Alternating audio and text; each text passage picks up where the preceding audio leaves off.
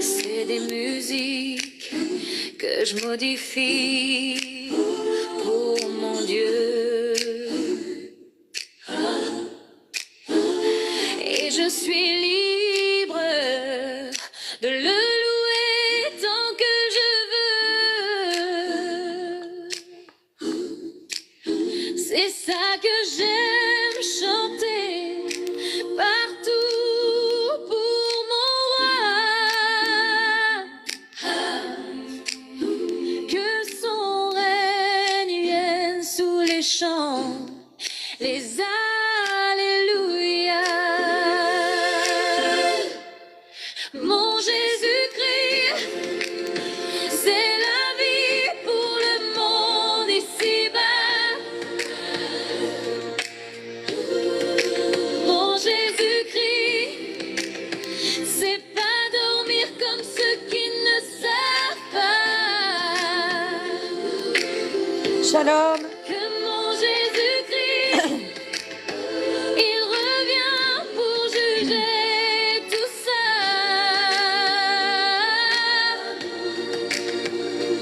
Et pour chaque jour que Dieu donne par amour, Hosanna. Mon Jésus-Christ, il nous fait grâce, il y a de nouveau sous le soleil. Ces jours qui passent dans sa miséricorde sans pareil. Va prendre ta Bible au lieu de chanter mes refrains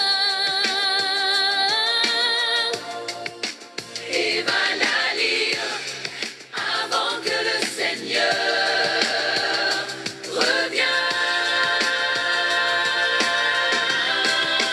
Jésus mon roi, t'es mon Christ, mon sauveur et ma joie. Jésus mon roi, par la foi, je compte sur toi. Jésus mon roi, c'est pour toi que je chante Hosanna.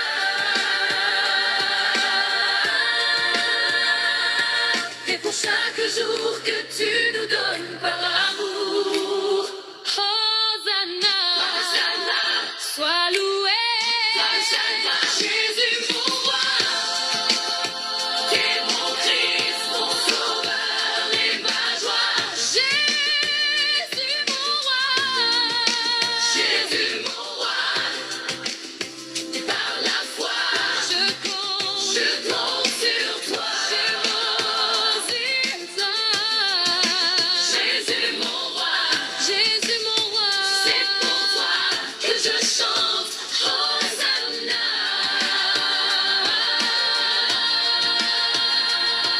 Et pour chaque jour que tu nous donnes par amour, Hosanna, Hosanna, sois loué. Jésus-Christ. Amen. Bonsoir à tous mes chéris cocos, merci d'être là. Que Dieu soit avec vos esprits. Alors attendez, parce que du coup, l'IA ne s'est pas fermée. Alors, le Seigneur m'a décrit Marius. Amen. Et il est beau gosse, le Marius. Hein. Waouh. Rose, tu vas te faire piquer ton Marius. Est-ce que vous voulez voir le portrait robot du coup que ça donne sur l'IA? Mais il est beau gosse, hein. Mais c'est une dinguerie. Ah, il a rajeuni un sacré coup, le Marius. Et j'ai fait une photo, du coup, pour les mettre tous les deux avec la rose. La rose que le Seigneur a permis que je voie dans les lieux célestes. Amen. Eh, mais ils sont beaux gosses, les deux. Hein. C'est un beau couple, hein. Ça va nous faire une belle petite Christine, ça, hein. On passe quand même de cet homme-là à celui-ci, hein, les amis. Le Seigneur, il va nous rajeunir tous un bon coup, hein. Ça va nous faire du bien. Alors, ça y est, je suis en train de me faire couper le live. Pour quelle raison ils sont en train de me couper le live, là? Ces abrutis. C'est une dinguerie, ça. Pour quelle raison encore ils me coupent le live? J'en ai marre, hein. Le Belzébuth, il fait que ça de m'embêter. Bon, mon fils, il dit, maman, t'es un peu parano. C'est pas que le Belzébuth, ça peut être l'IA qui bug, ça peut être l'Internet. Voilà. T'es un peu parano. Bon, peut-être. Je suis peut-être légèrement parano sur les bords. Alors, louons l'Éternel, les amis, louons l'Éternel, car il est bon et sa miséricorde durera toujours. Bonsoir, l'Assemblée des Saints. Shalom, les amis, merci d'être là. Que Dieu soit avec vous, avec vos esprits. Bonsoir tout le monde, dit Alexandra. Tiens, ça y est. Alexandre, ça y est, je dis le nom de sa fille maintenant. Oh, ça y est, c'est rentré dans ma tête et puis ça reste. Alexandra, oh là là.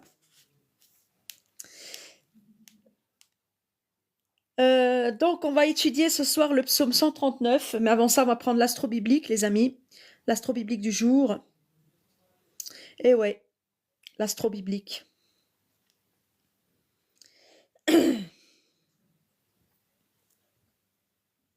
Alors ça, c'est les résumés de live. Je les ai repostés, hein, les amis. Attendez. L'astro-biblique du 8 novembre, là, c'est pas du... Celui-là, c'est 7. Je suis remontée trop loin.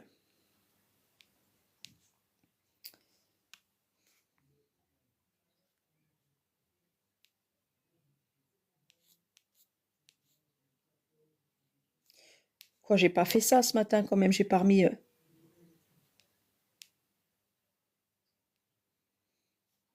Non, j'ai pas remis celui du 7 novembre. Il est là.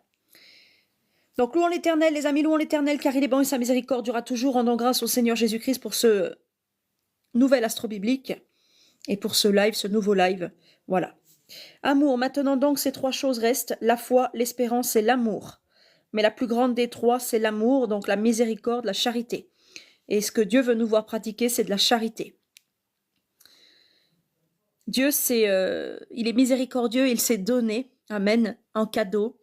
Il nous a fait grâce, il est la grâce qui nous suffit. Donc, à chaque fois, il nous libère, il nous guérit, il nous restaure. C'est tous des cadeaux qu'il nous fait. Amen.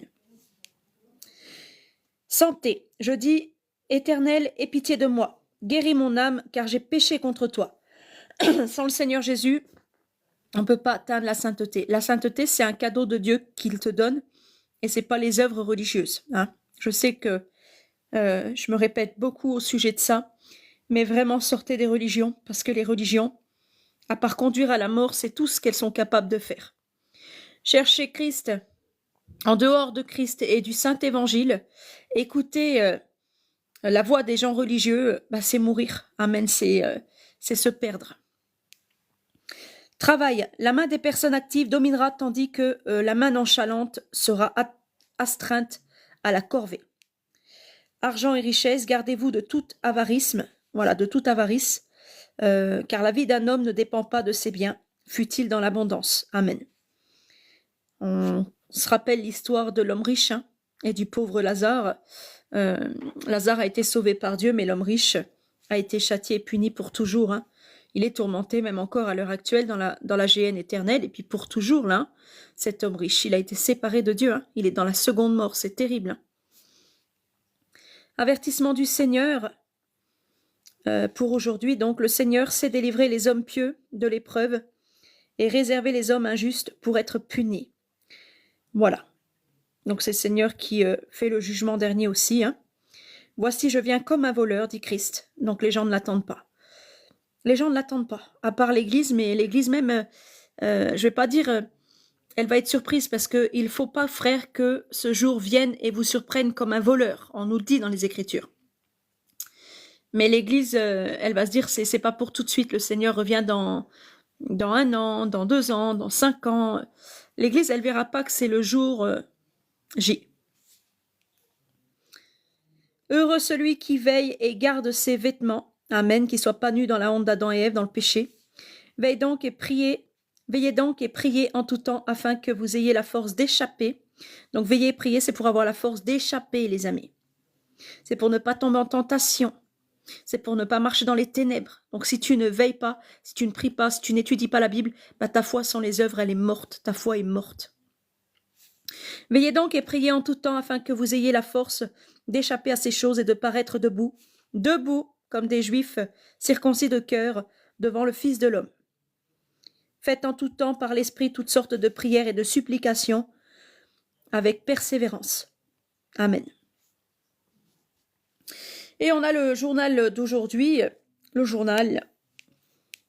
petit journal biblique. Donc il y a un verset sur la repentance. Je vous donnerai un cœur nouveau, dit le Seigneur, et je mettrai en vous un esprit nouveau. Donc si tu es transformé, bah, c'est par le Saint-Esprit, c'est parce que Jésus travaille en toi. Amen.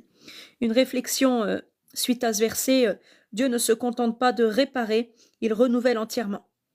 La grâce fait de nous des créations nouvelles. Amen, des créatures nouvelles. Un verset sur la foi, tout est possible à celui qui croit, et tout est possible à Dieu seulement. Amen. Aux hommes, tout est impossible. Donc la pensée du jour à avoir à travers ce verset, c'est que la foi déplace les montagnes, parce qu'elle place toute confiance dans le Dieu Tout-Puissant, et l'Éternel Dieu, c'est lui la foi. Jésus-Christ déplace les montagnes parce qu'il a confiance en lui-même. Il est le Dieu Tout-Puissant. Il peut agir. Il est le Dieu qui pourvoit. Amen. Un encouragement, recommandez votre sort à l'Éternel, mettez en lui votre confiance et Dieu agira. Même dans le silence, Dieu travaille pour votre bien. Il prépare ce que vos yeux ne voient pas encore. Amen. Très belle la petite photo, sœur Sissi. Très très jolie. Un petit chien. T'as mis un chien, j'ai mis un chien aussi. Je sais pas ce qu'on a eu là, mais il est le journal le mien. Puis il boit un café, il a un nonos. Il est jeune. Allez, louons l'Éternel, car il est bon et sa miséricorde durera toujours, rendant grâce à l'Éternel des armées, à Jésus-Christ notre roi. Donc pour ce nouveau temps d'études, amen. J'ai galéré et je galère toujours. Faut qu'Orlando il me récupère le live. Je n'arrive plus à récupérer les lives, c'est affreux. C'est pour ça qu'il y a énormément de temps qui passe avant que les rediffusions soient postées. Je suis désolée, mais ça me met qu'il faut 3 jours, après ça me met il faut 1 jour, 3 heures, 1 heure, 2 heures, il sait pas en fait. L'ordinateur il est complètement en bug. Je pense qu'ils m'ont fait quelque chose sur mon compte. Hein. Bon, Orlando il dit que je suis parano, mais moi je lui dis, hein, je suis sûre et certain que c'est le popo. Ce soir à l'église cachée, j'ai pris mon téléphone pour écouter les prières, donc j'ai dit, Amy, si tu commences à m'écrire les prières là, parce que ça y est là, mon téléphone il bug, je peux plus écouter les prières comme avant, ça se m'a bugué. Alors, il a fallu que je prenne un autre appareil pour me reconnecter et remettre les prières en pleine veillée. C'était chiant. Bon, je vais les écrire sur papier, puis je vais les dire, parce que le popo, il pourra pas nous arrêter de cette façon-là. Alors, on y va. Seigneur Jésus-Christ, enseigne-nous, Éternel des armées, par ta parole fidèle et véritable, la vérité. Donc, enseigne-nous, enseigne les frères et sœurs, et que ce live soit fait selon ta volonté, selon ton esprit. Amen. Et pour ta gloire. Amen. Au chef des chantres de David, psaume. Donc David, il écrivait un peu comme Paul des lettres, des psaumes. Il les chantait, hein, mais c'était des actions de louange, donc des reconnaissances de dette quelque part, parce que Dieu l'avait exaucé. Amen. Et là, il envoie ce cantique 139 au chef des chantres, les chantres de toute tribu, des tribus d'Israël, des tribus d'Israël seulement. Amen. Je dis toujours chantre, je sais pas pourquoi, hein, mais c'est chantre, ça ne veut pas rentrer. Je ferai toujours cette erreur. Éternel, tu me sondes et tu me connais. Donc Dieu regarde au cœur, David le savait. Tu sais quand je m'assieds et quand je me lève. Dieu voit tout, il entend tout, il juge de tout. On ne peut rien cacher à Dieu, on ne peut pas se moquer de Dieu. Tu pénètres de loin ma pensée, tu sais quand je marche et quand je me couche, et tu pénètres toutes mes voies. Car la parole n'est pas sur ma langue, que déjà, ô Éternel, tu la connais entièrement. Tu m'entoures par derrière et par devant, donc Dieu est un bouclier, le bouclier de la foi. Il nous protège, il est libérateur, le protecteur. Amen. et tu mets ta main sur moi, donc la droite de l'Éternel, la droite qui est levée, c'est Christ. Une science aussi merveilleuse est au-dessus de ma portée. Donc le merveilleux, c'est Dieu. Et Dieu est une science. Dieu, il faut d'abord pouvoir déjà le comprendre en fait.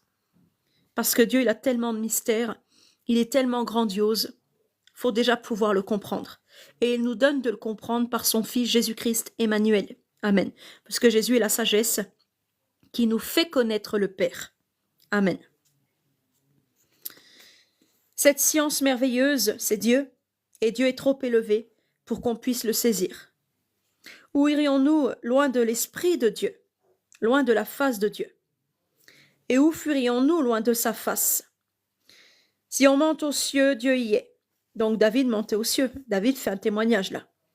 Si je monte aux cieux, tu y es. Si je me couche, au séjour des morts, t'y voilà. David a été mis au tombeau, on le sait. Amen. Si je prends les ailes de l'aurore et que j'aille habiter à l'extrémité de la mer, donc si je prends les ailes de l'aurore, Dieu revient un matin et il donne à son Église les ailes du grand aigle. Il donne à la femme les ailes de l'aigle. C'est écrit, c'est prophétisé dans les Écritures. Amen.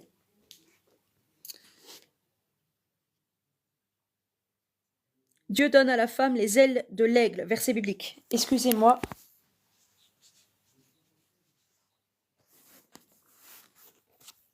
Donc Dieu, c'est le grand esprit.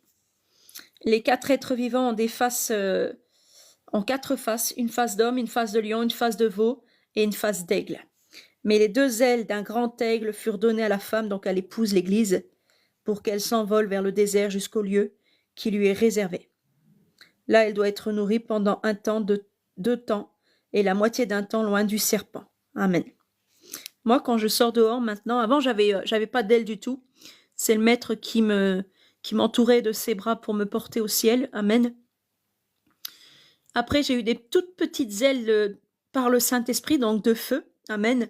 Et maintenant, j'ai des grandes ailes d'aigle qui vont jusqu'à mes chevilles. Quand elles sont repliées, j'ai des grandes ailes d'aigle quand je sors dehors. Amen. L'Église est revêtue du corps de l'époux. Donc l'époux, il a des ailes parce que dans le psaume 91, on nous dit qu'on trouvera un abri sous les ailes de Dieu. Dieu est un ange, on le sait. Amen. Et un ange, ça a des ailes. Quand vous sortirez, vous serez semblables aux anges. Amen. Au ciel.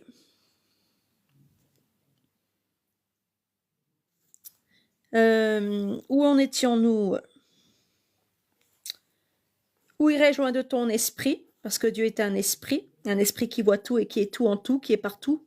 Amen. Et où fuirais-je loin de ta face? Si je monte aux cieux, tu y es. Si je me couche au séjour des morts, t'y voilà. T'y voilà. Si je prends les ailes de l'aurore, donc Dieu revient à l'aurore, le matin très tôt. Je viens bientôt, c'est un jeu de mots, bientôt. Si je prends les ailes de l'aurore et que j'aille habiter à l'extrémité de la mer, là aussi ta main me conduira et ta droite me saisira. Donc le bon berger nous conduit et David parle des ailes de l'aurore, donc des ailes de l'époux, parce qu'il faisait partie lui aussi du corps Église de Christ. Si je dis au moins les ténèbres me couvriront, la nuit devient lumière autour de moi, Dieu chasse les ténèbres. Il vient. Amen. Même les ténèbres ne sont pas obscures pour toi. La nuit brille comme le jour. Amen. Et les ténèbres comme la lumière. C'est toi qui as formé mes reins, qui m'as tissé dans le sein de ma mère. Donc, David sait que Dieu c'est son créateur et que Dieu l'a fait naître de nouveau. Donc Dieu l'a fait naître de la naissance d'en haut. Amen. Je te loue de ce que je suis une créature si merveilleuse, en qui prie en tout temps. Il rend des actions de grâce, de louange, un peu une reconnaissance de dette, parce que Dieu l'a exaucé. Amen. Je dis un peu une reconnaissance de dette. C'est pas vraiment ça, hein. C'est plus par respect, c'est de la reconnaissance, c'est de l'admiration. Amen. Tes œuvres sont admirables, ben voilà, c'est de l'admiration. Et mon âme le reconnaît bien. Donc Dieu cherche des adorateurs en esprit et en vérité. Et David était un adorateur en esprit, hein, avec l'âme, et pas du tout avec la chair. David n'avait pas de religion. Mon corps n'était point caché devant toi. C'est vrai. Amen. Donc le péché de David n'était point caché devant l'Éternel. Lorsque j'ai été fait dans un lieu secret, tissé dans les profondeurs de la terre, mais je crois pas que David y parle de son corps charnel, je crois qu'il parle aussi de son corps spirituel. Quand je n'étais qu'une masse informe, tes yeux me voyaient, et sur ton livre étaient tous inscrits les jours qui m'étaient destinés. Alors on fait qu'un seul corps avec Dieu. Effectivement, David ne parle pas de son corps charnel, son corps de péché, qui est poussière et qui retourne à la poussière, car le salaire du péché, c'est la mort. Notre chair est séparée de Dieu et pour toujours, et il n'y a rien qui changera ça. Amen. C'est notre âme qui a été rachetée par le Saint-Esprit Christ. Amen. Et Dieu veut restaurer nos âmes. Amen. Veut nous donner le salut pour les âmes. Donc, quand je n'étais qu'une masse informe, tes yeux me voyaient sur ton livre. Donc, sur ton livre, sur le livre de vie de Jésus, étaient tous inscrits les jours qui m'étaient destinés. Amen.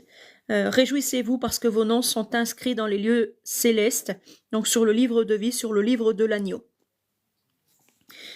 Avant qu'aucun d'eux existât même, Dieu avait déjà écrit les noms sur le livre de vie, pardon.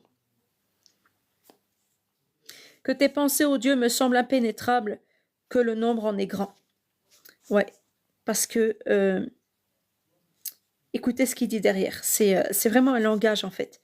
Si je les compte, donc toutes les pensées impénétrables de Dieu, elles sont plus nombreuses que les grains de sable de la mer. Ça veut dire que Dieu, il pense à chaque être humain sur la terre.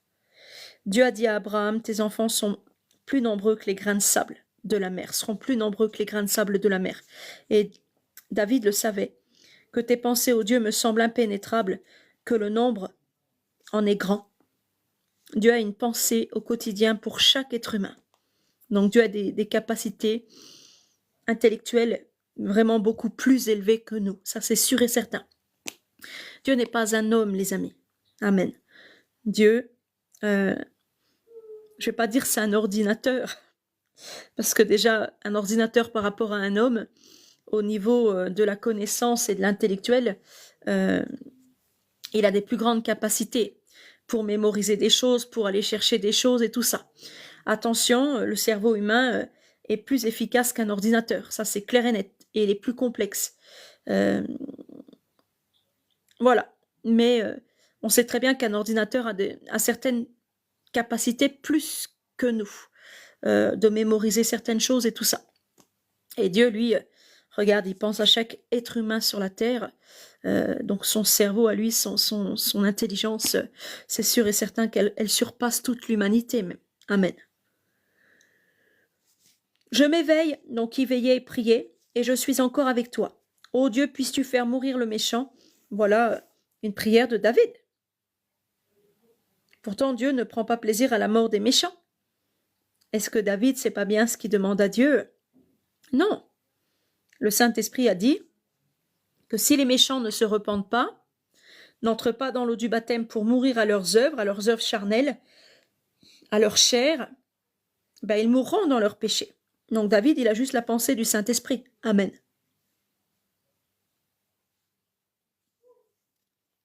Hommes de sang, éloignez-vous de moi. Hommes de sang, parce qu'ils sont meurtriers, les gens charnels. Éloignez-vous de moi, donc David se séparait de ceux qui péchaient. Il parle de toi, Dieu, d'une manière criminelle. Ouais, c'est vrai. Et Jésus a accompli les Écritures, donc les psaumes aussi.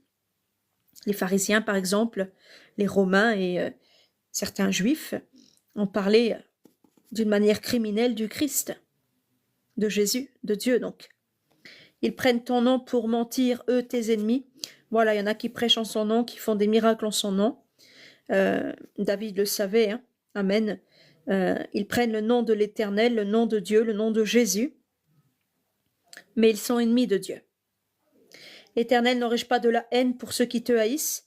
Et là, est-ce que l'Éternel dit, oh non, David, tu ne dois pas avoir de la haine, tu dois aimer ton prochain. Non, l'Éternel ne reprend pas David. L'Éternel ne reprend pas David, Amen, pour la simple et bonne raison que ça serait de l'hypocrisie. D'ailleurs, on a vu ça aujourd'hui, l'hypocrisie. On ne peut pas faire semblant d'aimer les gens. On sait très bien qu'il y en a qui sont ennemis de l'Éternel. On sait très bien qu'il y en a qui prennent le nom de Dieu pour mentir, pour faire un business sur le troupeau de Dieu. On sait très bien qu'il y en a qui prétendent servir Dieu, mais qui font les œuvres du diable, qui sont méchants et criminels et menteurs. Amen. N'aurais-je pas du dégoût éternel pour ceux qui s'élèvent contre toi? Bien sûr qu'on doit avoir du dégoût. Et on doit renverser toute hauteur et raisonnement qui s'élève contre Dieu, verset biblique. Ça fait partie de notre devoir, de notre travail. Connaissance de Dieu, et amenant toute pensée captive à l'obéissance du Christ, et étant prêt à tirer vengeance de toute désobéissance, après que votre obéissance aura été rendue complète. Voilà, on doit détruire les raisonnements et toute hauteur qui s'élève contre la connaissance de Dieu, et on doit amener toute pensée captive à l'obéissance du Christ, donc à l'évangile, à l'obéissance de l'évangile. On doit être prêt à tirer vengeance de toute désobéissance après que notre obéissance aura été rendue complète. Amen. Que faisait le peuple d'Israël à la vue des idoles? Il les brisait. Dieu n'habite pas les temples faits de main d'homme. Nous devrions briser tous les temples des sectes et des religions. Ça arrivera bientôt.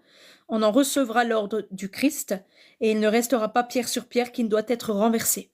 Les hommes vont pleurer et grincer des dents dans les ténèbres du dehors parce qu'on va briser leur lieu de culte, on va briser leur idolâtrie, on va briser leur raisonnement, car ils se sont élevés orgueilleusement contre la connaissance de Christ, contre le Saint Évangile. Amen. Ça, c'est inévitable, hein, les amis. Hein. Une nation s'élèvera contre une nation. Hein. Le Seigneur Jésus ne fait pas de nous des gens de son armée céleste pour ne jamais combattre personne. Hein. On va marcher sur les serpents et les scorpions. On va marcher sur l'apostasie. On va marcher sur les sectes, les religions, sur le système antéchrist. Amen. On doit avoir du dégoût hein, pour ceux qui s'élèvent contre le Seigneur, qui orgueilleusement se prennent pour des dieux parce qu'ils ont des bâtiments de pierre et parce qu'ils font des prêches. Hein. Je les hais d'une parfaite haine. Donc, je les hais d'une parfaite haine. Cette haine, elle est parfaite. Seul Jésus-Christ est parfait. Donc là, c'est un David qui a revêti Christ qui parle, les amis. Nous, on a de la haine quand on est pécheur, mais une haine imparfaite. On a de l'amour, mais un amour imparfait. Donc, de l'hypocrisie la plupart du temps. Là, je les hais d'une parfaite haine, dit David. Ils sont pour moi des ennemis. La guerre est déclarée. Amen. Donc David, il est prêt à combattre parce qu'il est une nouvelle créature. Christ vit en lui. Il a revêtu toutes les armes de Dieu. Et puis, il est prêt à renverser toute auteur qui s'élève, toute personne dégoûtante, toute personne qui parle d'une manière criminelle de Dieu, qui prennent le nom de Dieu pour mentir, toute personne religieuse, amen, sectaire, ou toute personne antéchrist, qui rejette Dieu. Sonde-moi, ô Dieu, et connais mon cœur, amen. Dieu regarde au cœur, et Dieu doit sonder nos cœurs, amen. Éprouve-moi et connais mes pensées. Rien ne peut être caché devant Dieu. Éprouve-moi, ça veut dire châtie-moi. Je veux que Dieu m'aime, donc je demande à Dieu de me châtier. Est-ce que vous avez déjà demandé au Seigneur de vous châtier? Non. Vous avez demandé au Seigneur de vous exaucer, vous avez demandé au Seigneur de faire des miracles, vous avez demandé au Seigneur de vous donner, mais jamais de vous éprouver, de vous sonder, de vous connaître. Et David, il faisait des prières, je ne vais pas dire nouvelles, amen, mais des prières selon le Saint-Esprit. Il cherchait les choses d'en haut. Sonde-moi, ô Dieu, éprouve-moi, mon Dieu, connais mes pensées, connais-moi. Regarde si je suis sur une mauvaise voie, parce que David avait connaissance de la route large et spacieuse. Beaucoup empruntent cette route et vont à la perdition. Et conduis-moi sur la voie de l'éternité, donc sur la voie de l'éternel, sur la voie de Jésus-Christ. Amen. Conduis-moi, sois mon berger, parce que sans Dieu, on ne peut rien faire. Amen. Jésus est le chemin, la vérité et la vie. Voilà. Donc, on va faire un quiz, les amis, parce que ben, tout à l'heure, j'ai sorti le quiz, mais j'avais peur que le live de cet après-midi soit trop long. En plus, j'arrive déjà pas à le récupérer, les chéris coco. Ouais, ouais, j'ai vu Alexandre. Attention, respecte le live. C'est un temps d'étude. Que la paix du Seigneur soit avec toi. Amen. Exactement, inoxydable. C'est un temps de live. On est en train de lire la parole de Dieu.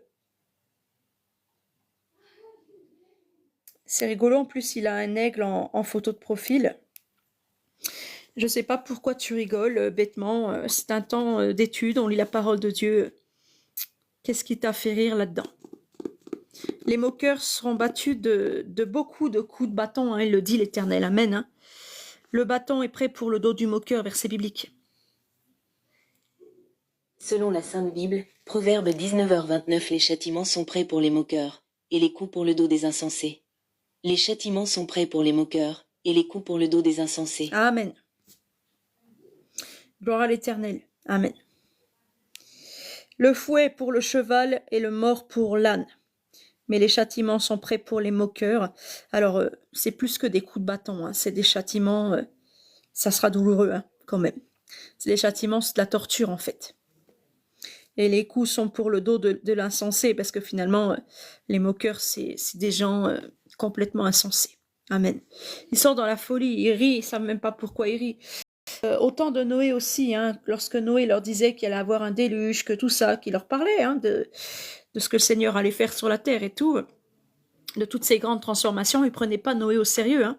Pendant des années, Noé, tout en construisant l'arche, il leur prêchait, il leur disait qu'il y aurait une pluie et que ça tuerait les gens et tout. Il leur disait qu'il y avait une menace qui planait au-dessus de leur tête et qu'elle viendrait. Et les gens étaient endormis en fait. Ils marchaient dans les ténèbres et voilà, ils vivaient de moqueries et ils préféraient pas prendre Noé au sérieux. Ils ont regretté, hein. Amen, ils ont regretté, hein. Le jour où ils ont fini dans les enfers, amen, c'est Christ hein, qui les a sortis de là-bas.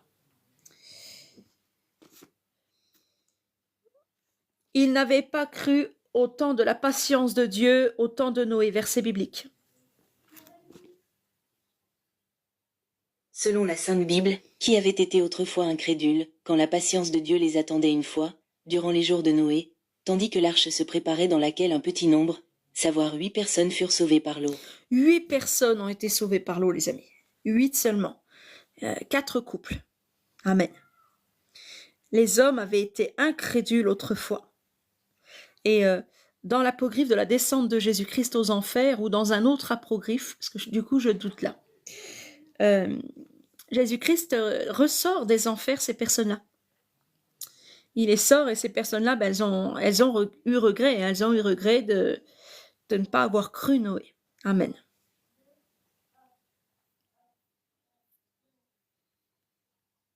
Donc on va faire un quiz, les amis. J'espère que vous avez bien entendu le psaume et que vous avez compris un petit peu que c'était un témoignage de David, mais il y a aussi des belles révélations qui sont comme des consolations pour nous. Hein. Amen. Qui consolent nos cœurs et qui nous font du bien à entendre. Amen. Alors attendez, parce que j'arrive pas à prendre la grosse là, d'une main. Voilà.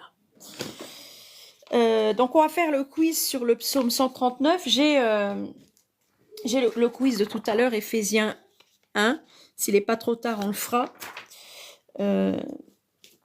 Si vous avez gardé dans vos cœurs le temps d'étude de cet après-midi. Parce que des fois, ben, on fait le quiz juste derrière le temps d'étude, donc c'est facile à répondre aux questions après un temps d'étude. Donc pour vérifier aussi si on a bien gardé dans notre cœur, ben, il faut faire le quiz quelques heures après le temps d'étude. Amen.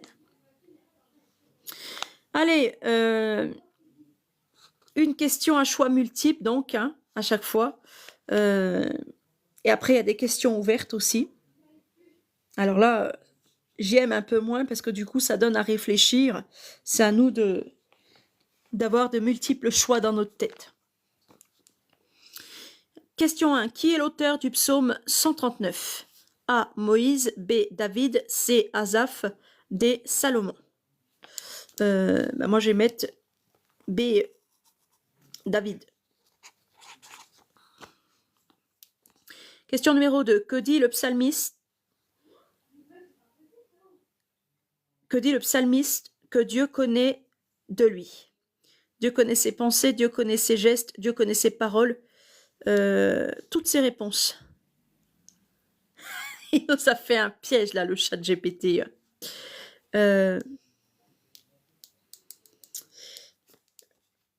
Quand je me couche et que je me lève, tu sais, tu connais mes pensées. Avant qu'une parole soit dans ma bouche, tu la connais. Moi, je vais dire D. Toutes les réponses, parce qu'il me semble bien que c'est ça que j'ai lu dans mon cerveau. C'est encore un peu brûlant là. Question numéro 3. Quelle expression montre que Dieu connaît l'avenir du psalmisme? A. Tu sais quand je m'assieds et quand je me lève. B. Tu m'as tissé dans le ventre de ma mère. C. Tu sais d'avance ce que je vais dire. D. Où irai-je loin de ton esprit? Amen. C'est totalement vrai. Hein. On voit que Dieu, il a connaissance de l'avenir. Dieu nous devance en fait. Et c'est pour ça qu'on peut que suivre Dieu. Parce que Dieu nous devance. Dieu, il sait des choses que nous, on ignore encore. Il m'a montré ce rose au ciel. Amen. Il m'a décrit tout à l'heure Marius pour que je puisse faire un portrait robot comme il l'avait dit. Amen. Dieu sait des choses que nous, on n'a pas vu encore et on ne sait pas encore. Amen. Il m'a décrit Marius, je n'ai pas vu Marius. J'ai vu Rose, mais je n'ai pas vu Marius. Donc c'est Dieu qui me l'a décrit. Un homme environ 45 ans, cheveux bruns, habillé avec une veste grise. C'est une dinguerie en fait. C'est une dinguerie. Barbu et chevelu. C'est pas le cas actuellement, Marius. T'es pas trop chevelu. Alors barbu, je dis comment ça? Il a une longue barbe, un peu à la Père Noël. Non, qu'il a dit une barbe courte. Et quand je dis chevelu, il n'a pas non plus des cheveux longs. Hein.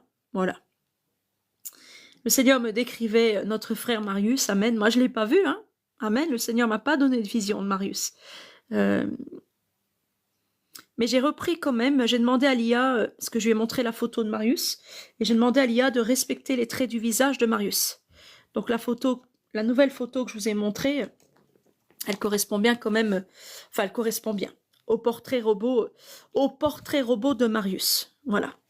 Parce que j'ai demandé à l'IA de respecter les traits du visage, alors le nez, les yeux, on voit hein, quand même sur le personnage que c'est pareil. Hein. Elle est beau gosse le Marius dans le fond. Hein. Elle va se le faire prendre la rose. Elle va se le faire piquer la rose.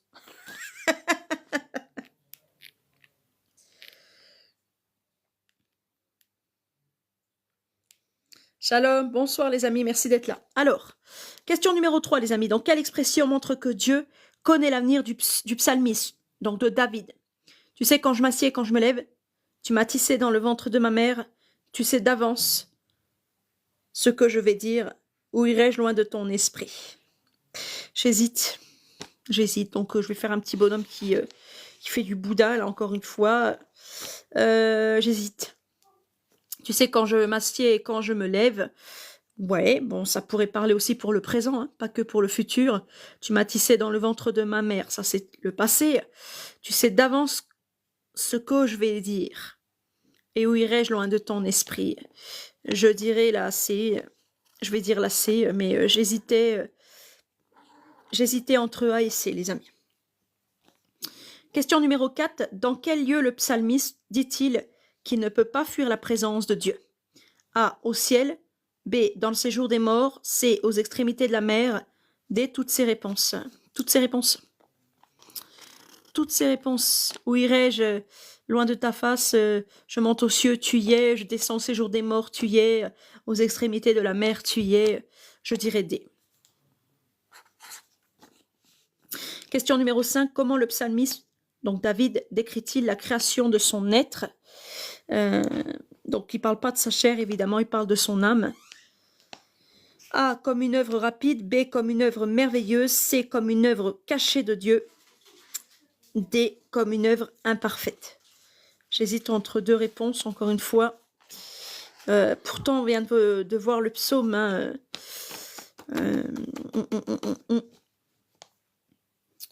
J'hésite entre comme une œuvre merveilleuse et comme une œuvre cachée de Dieu.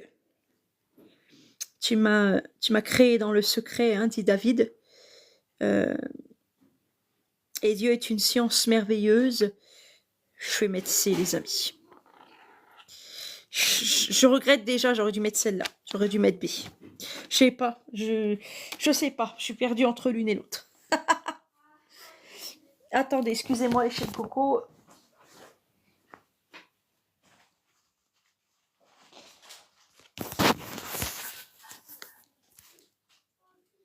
Alors, que dit le psalmiste à propos des pensées de Dieu? A. Elles sont rares.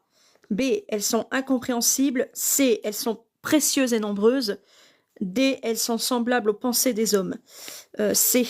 Elles sont aussi nombreuses que les grains de sable de la mer. Ça, je m'en souviens bien. Question numéro 7. Que demande le psalmiste à Dieu à la fin du psaume? A. De détruire ses ennemis. B. De le bénir matériellement. C. De sonder son cœur et de le conduire dans la voie droite. D. De le venger. De sonder son cœur. Alors, il nous colle un piège, là, le chat GPT. C'était juste avant ça, la destruction des ennemis. Hein. Donc, j'irai C, là. Question ouverte. Ah, ça, j'aime pas. Ah, ça, j'aime pas. Quelle est l'attitude du psalmiste face à la connaissance totale de Dieu? Il est humble, dans l'admiration. C'est ce que je dirais, l'attitude. Soumis, il est soumis. Je sais pas, qu'est-ce que vous diriez, vous? Soumis, 2 M ou un M, je sais plus. On s'en fout. Que signifie tu m'as tissé dans le ventre de ma mère, selon toi? Soumis, c'est 2 M, je crois. Ouais, c'est 2 M. Je sais pas pourquoi j'ai mis qu'un M. C'est 2 M. Bon, on s'en fout. Que signifie tu m'as tissé dans le ventre de ma mère, selon toi? Alors, que signifie? Ça peut signifier plein de choses. Ça dépend. Ça dépend ce que tu veux savoir exactement en me posant la question.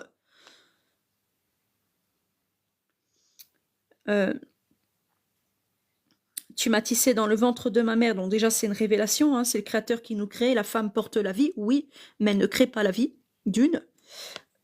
Tu m'as tissé dans le ventre de ma mère, ça parle d'un commencement, un commencement de l'âme aussi.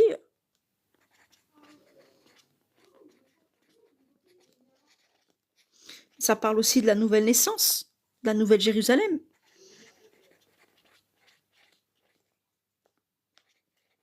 Ça parle vraiment de plein de choses, donc ça dépend en fait ce que tu me demandes en posant cette question, quoi. Là, tu me colles un parpaing, là, le chat GPT, là, t'es agaçant.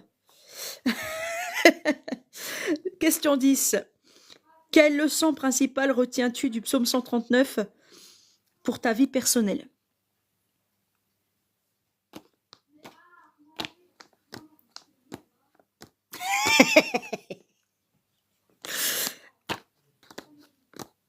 Oui. Je sais pas. Quelle leçon principale? Qu'on peut rien faire sans Dieu, déjà. On peut rien faire sans Dieu. C'est Dieu qui nous exauce. Dieu est l'auteur de tout. Je sais pas. Quelle leçon principale retiens-tu du psaume 139 pour ta vie personnelle? Qu'on peut rien faire sans Dieu. Voilà. Je vais dire ça.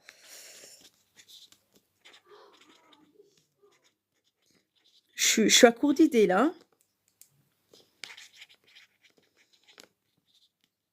Ah.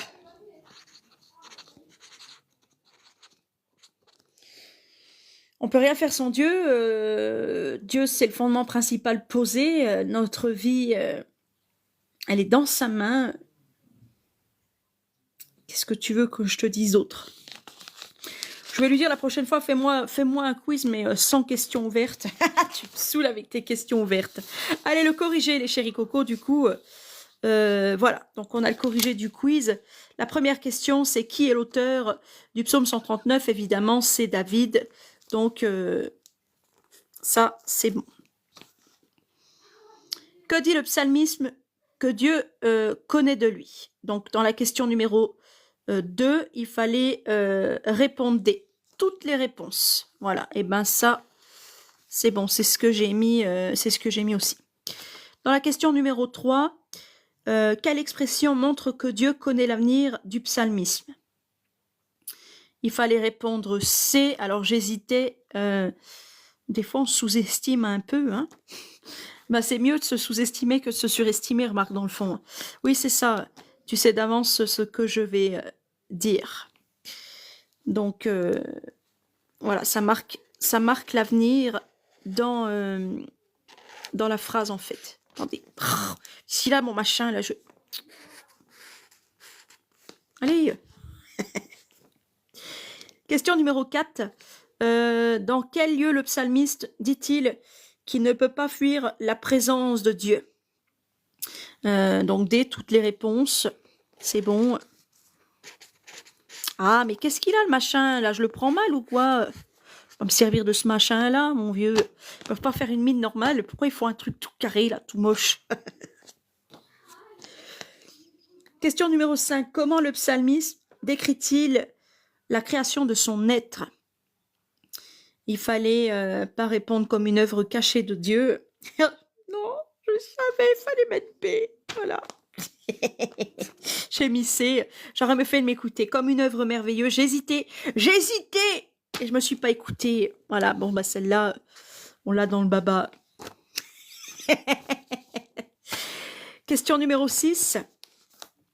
Que dit le psalmiste à propos des pensées de Dieu? J'ai mis elles sont précieuses et nombreuses, donc réponse C. C'est bon, j'ai bien répondu. J'espère que vous aussi de votre côté. Question numéro 7. Que demande le psalmiste à Dieu à la fin du psaume? Il fallait mettre C, voilà, de sonder son cœur et de le conduire dans la voie. Voilà, donc ceux-là, je les ai. Elles sont bonnes. Celles-là, elles sont bonnes aussi. Oh là là, mais qu'est-ce que j'ai? Moi, je sais pas me servir d'un stylo comme ça, mon vieux. C'est une dinguerie. Moi, je suis pas... Je suis pas bien droite aussi sur la feuille. Je tiens le téléphone d'un côté et l'autre. Je tiens même pas la feuille. Allez, les questions ouvertes. Donc ça, j'avais un peu plus de crainte là-dessus. Quelle attitude du psalmisme face à la connaissance totale de Dieu? Le psalmisme est émerveillé. Ouais, bon, j'ai mis admiration. C'est bien. C'est la même chose. Il est humble. Ça, je l'ai vu aussi. Voilà. Quand David dit Dieu, tes merveilles sont trop élevées pour moi. On peut pas sonder les pensées de Dieu. Voilà. Donc ça aussi, je l'ai détecté.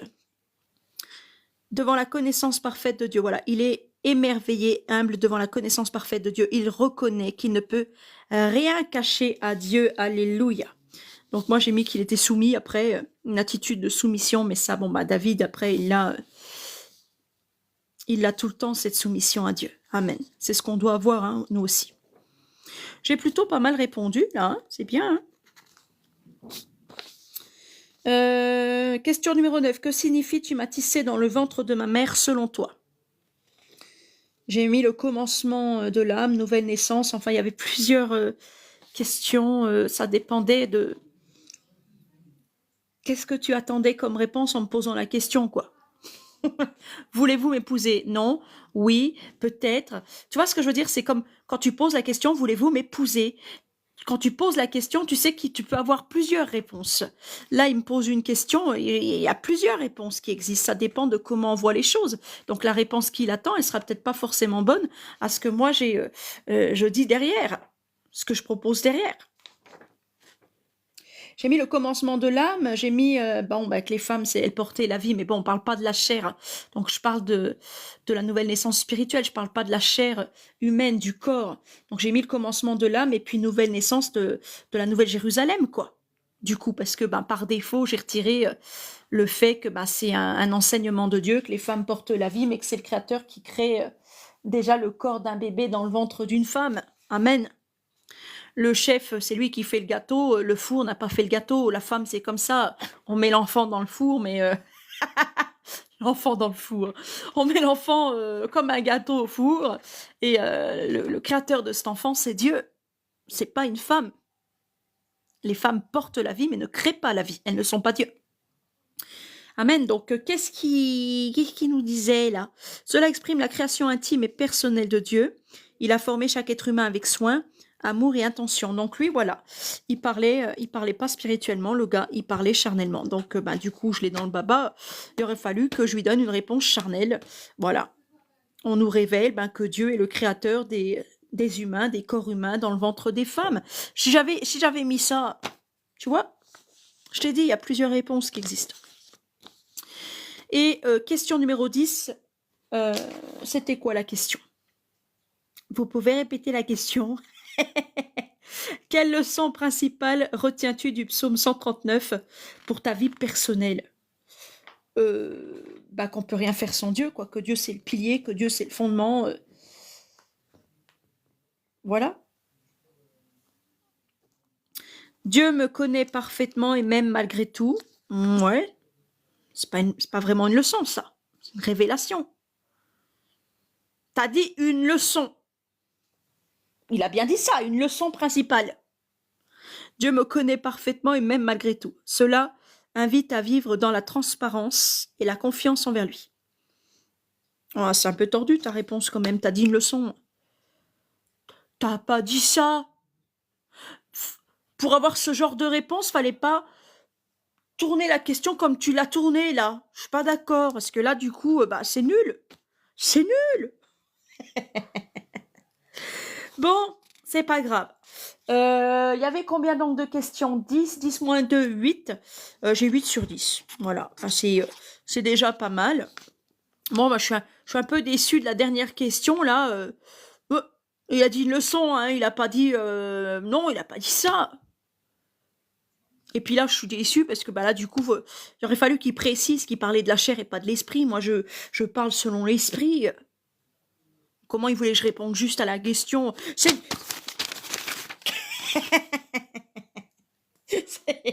Je vais m'énerver là. La mauvaise joueuse. La mauvaise joueuse.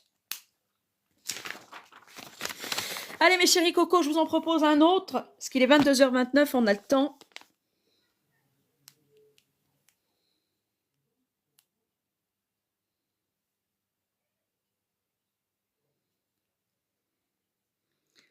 Vous pouvez répéter la question avec sa tête là.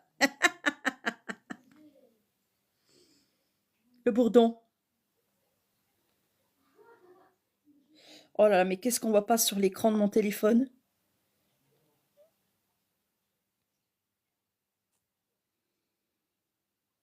Vous pouvez répéter la question?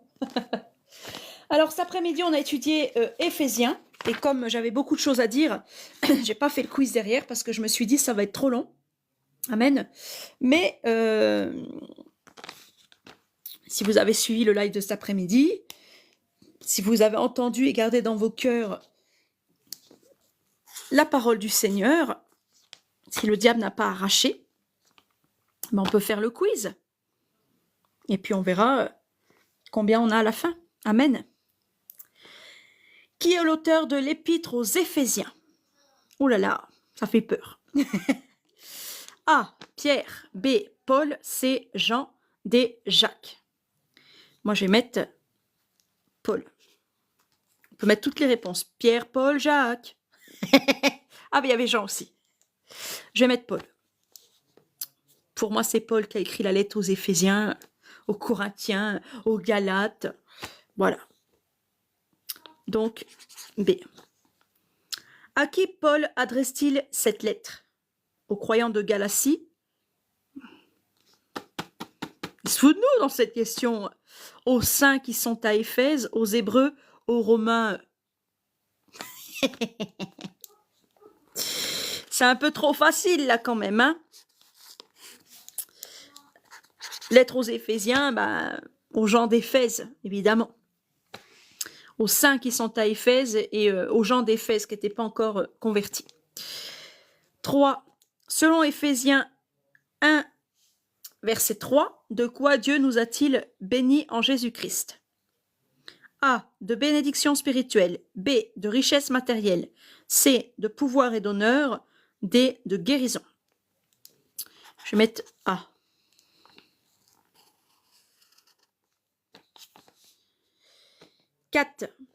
Question numéro 4. Avant la fondation du monde, Dieu nous a choisis pour être A. Puissant et riche. B. Saint et irréprochable devant lui. C. Prêtre et roi. Religieux aussi pendant entier. D. Témoin dans le monde. Saint et irréprochable devant lui. B. Question numéro 5. Par qui avons-nous la rédemption selon Éphésiens chapitre 1 verset 7? Par les religions? Non, c'est pas vrai. A. Par les œuvres. B. Par l'obéissance à la loi. C. Par son sang. D. Par la prière. Par l'eau bénie, mon fils. Non, on va pas dire amen. Hein. Par son sang. C'est par son sang que Christ nous offre une rédemption. Amen. Il n'y a pas de salut par les œuvres. L'obéissance à la loi, c'est forcément, il faut se soumettre à Jésus. Hein. Amen. Mais c'est par le sang de Christ qu'on a été scellé pour être sauvé. Amen. Donc je ne peux pas finir en enfer, comme certains le disent, comme certains aiment bien le dire. Question numéro 6. Quelle est la raison pour laquelle Dieu nous a prédestinés à être ses enfants? A. Selon la richesse de sa grâce. B. Selon le bon plaisir de sa volonté. C. Selon nos mérites. D. Selon nos prières. J'hésite entre deux là. Ça y est, elle fait la gueule. Je réfléchis. Je n'ai pas la gueule, je réfléchis.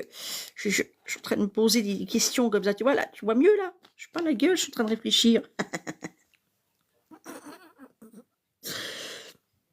Quelle est la raison? Je te répète la question. Pouvez-vous répéter la question? Elle est où la tête de bizarre là? Répète la question, Jean-Pierre. Stéphanie de Monaco. Pouvez-vous répéter la question? Donc, quelle est la raison pour laquelle Dieu nous a prédestinés à être ses enfants? J'hésite entre A et B, Jean-Pierre. T'as pas le droit d'avoir un joker. Il est pas là, le joker. Il est où en plus mon bonnet de joker? Je sais même pas, il est passé où? Je sais même pas. J'ai pas le droit d'avoir de joker. Alors je vais appeler un ami. Je vais appeler Alexandre. Je vais appeler Rose et Marius. Au secours! Allez, mets quelque chose là. Selon la richesse de sa grâce, selon le bon plaisir de sa volonté. Allez, je mets A. Je mets A. Dieu fait avant tout toutes choses par grâce, par bonté. Selon son bon plaisir et sa volonté aussi, mais surtout par grâce. Amen. On n'a aucun mérite et aucune prière peut déclencher ça. Question numéro 7. Quel est le sceau du Saint-Esprit dont parle Paul? Ah, ça c'est bien ça. Ça c'est bien ça. A. Une marque physique. B. Un signe visible. C. Le gage de notre héritage. D. Une promesse conditionnelle. Le gage, en fait, c'est une partie du bon dépôt, Louloute. Ça, je sais ça. Alors, c'est. Si tu sais, c'est. Question numéro 8. Que demande Paul à Dieu dans sa prière pour les Éphésiens au verset 17? A. Qu'ils reçoivent plus d'argent. B. Qu'ils aient un esprit de sagesse et de révélation. C. Qu'ils soient libérés de la persécution. D. Qu'ils parlent en langue. Qu'ils aient un esprit de sagesse et de révélation. B. Question numéro 9. Selon les derniers versets, où est assis Christ après sa résurrection? Dans le temple de Jérusalem. A. B, à la droite de Dieu. C, dans le cœur des croyants. D, au-dessus de l'autel. À la droite de Dieu. Question numéro 10. Que représente l'Église pour Christ selon Éphésiens chapitre 1, versets 22 à 23? A, une simple communauté. B, son corps. C, un bâtiment sacré. D, un peuple élu. On peut mettre plusieurs réponses ou pas? Je vais dire son corps, mais son corps, c'est le peuple élu. Donc, j'hésite, mais finalement, plus trop. Je commence à hésiter, là, mais finalement, je vais mettre B. La première chose qu'on est pour Christ, c'est qu'on est son corps. On a revêtu l'enfant Emmanuel qui nous est né. On a revêtu son corps. On a revêtu toutes les armes de Dieu. Amen. On sera son peuple élu, son peuple nouveau-né, mais surtout à son retour, quand on sera changé en un clin d'œil, en un instant. Pour l'instant, on est des pécheurs de toute tribu, toute langue, tout peuple et toute nation, ayant revêti le corps de Christ, le corps repentant, le corps qui nous offre la grâce du salut. Amen. Bon, ben on va corriger, les chéris coucous. Amen. Alors, à la question numéro 1, qui est l'auteur de l'épître aux Éphésiens? Donc évidemment, c'est Paul. Voilà. Question numéro 2, à qui Paul adresse-t-il cette lettre? Aux saints qui sont à Éphèse. Évidemment, il fallait répondre B. Question numéro 3. Selon Éphésiens chapitre 1, verset 3, de quoi Dieu nous a-t-il bénis en Jésus-Christ? Il fallait répondre A. De bénédiction spirituelle, c'est ça. Question numéro 4. Avant la fondation du monde, Dieu nous a choisis pour être saints et irréprochables devant lui. Donc, il fallait répondre B. C'est bien, c'est ça. Question numéro 5. Par qui avons-nous la rédemption selon Éphésiens chapitre 1, verset 7? Par son sang, évidemment. Amen. Donc, c'était bien la réponse C. Question numéro 6. Quelle est la raison pour laquelle Dieu nous a prédestinés à être ses enfants? Là, je réfléchissais. J'hésitais entre quoi et quoi déjà, entre A et B. Et il fallait répondre selon le bon plaisir de sa volonté. Voilà, je t'avais dit, je t'avais dit de mettre B. Non, tu m'as rien dit, tu m'as dit de mettre A. Excusez-moi, je suis en train de me parler seule, là. C'est grave. Alors, celui-là, on l'a dans le baba. Voilà. Faute, triple faute, double faute. J'hésitais. Pourquoi t'as douté? La personne qui doute, c'est fini. Elle sera dans l'erreur, elle fera des conneries. Fallait mettre B. Voilà, pour le coup, je suis déçue. Bon, quel est le sceau du Saint-Esprit dont parle Paul? J'ai mis C, le gage de notre héritage. Le gage de notre héritage, c'est ça. Ouais, tout à fait, c'est ça. C'est la première partie, c'est le bon dépôt. Ça s'appelle le bon dépôt dans les Écritures. Amen. Question numéro 8. Que demande Paul à Dieu dans sa prière pour les Éphésiens au verset 17? J'ai mis quoi? J'ai mis B. C'est bien. C'est ça. B. Qu'ils aient un esprit de sagesse et de révélation. Ouais, c'est ça. Amen. Gloire à Dieu. Question numéro 9. Selon les derniers versets où est assis Christ après sa résurrection, évidemment que c'est à la droite de Dieu.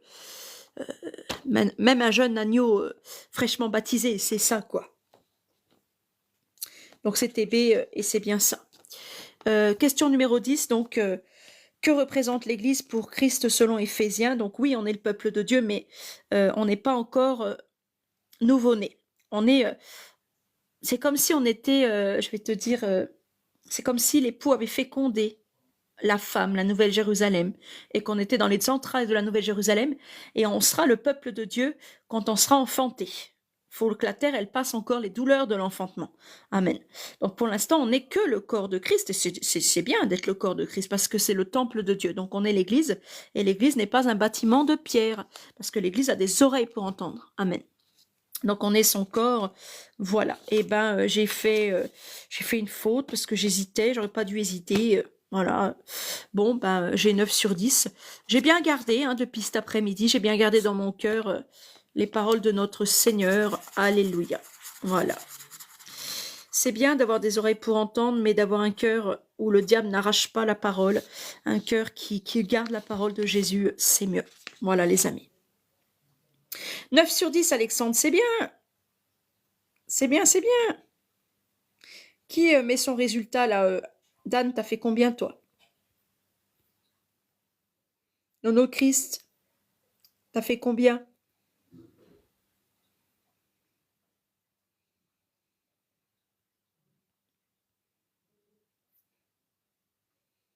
« 9 sur 10, Alexandre. Vous êtes planté sur celle-là aussi?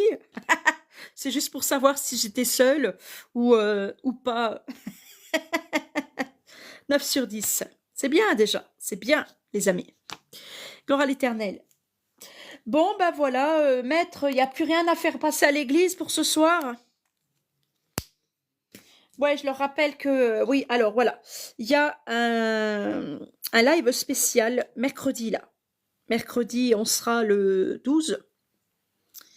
Je vous rappelle, voilà. Il faudra que je vous donne le corrigé du PDF de Proverbe 15, si vous l'avez fait. Si vous ne l'avez pas fait, ben, on corrigera après le live spécial, si on a le temps, j'espère, parce qu'il y a déjà un petit quiz sur le live spécial.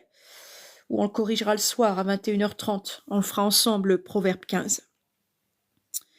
Donc, il y a un live spécial, le blé, l'ivraie et la moisson, mercredi 12 novembre à 9h, les amis.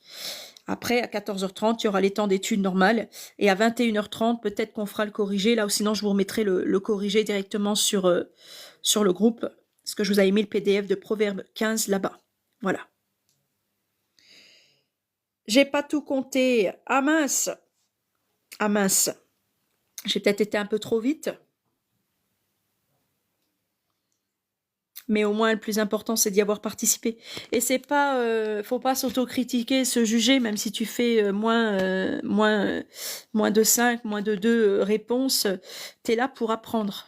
Hein. C'est un peu de l'auto-évaluation. J'ai entendu la voix de l'Éternel mon Dieu me parler à travers Éphésiens 1. Est-ce que j'ai eu un cœur pour garder? Si tu te rends compte que t'as pas gardé dans ton cœur, eh ben la prochaine fois tu feras mieux. Quand tu réécouteras Éphésiens 1, bah tu feras mieux. Amen. Voilà. Donc Dieu nous a prédestinés à être ses enfants selon le bon plaisir de sa volonté et pas selon la richesse de sa grâce. Pourtant Dieu fait tout par grâce. Mais c'est vrai que sa volonté, son bon plaisir avant tout. Amen.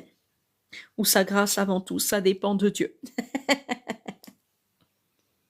On est speed comme toi, ben c'est bien les amis. Voilà, parce que de toute façon on court sur le chemin de la foi. Eh bien mes chéris cocos, je vous remercie d'être venus étudier la parole de Dieu avec moi. Je vous fais des gros bisous à tous. Je vais envoyer à Rose et Marius la jolie photo de leur couple divin céleste, leur portrait robot du couple divin céleste. Parce que Rose, elle est jolie déjà sur la photo, mais elle est encore bien plus jolie au ciel. Amen. Et Marius, il a l'air d'être beau gosse. Je ne l'ai pas vu, mais dis donc, il est plutôt pas mal dans les traits qu'a gardé Elia et puis dans la description que m'a donnée l'Éternel. Amen. Bonne nuit à vous les amis, à demain si Dieu le veut, veillez et priez afin de ne pas tomber en tentation, afin de de pas dormir parmi les morts et d'être sauvé. Amen. Voilà, servez Christ le Seigneur avec joie. Voilà. Allez, gros bisous, shalom les amis, à demain. Gloire à l'Éternel des armées, à Jésus-Christ notre roi. Bonne nuit sous la grâce, shalom, bye bye.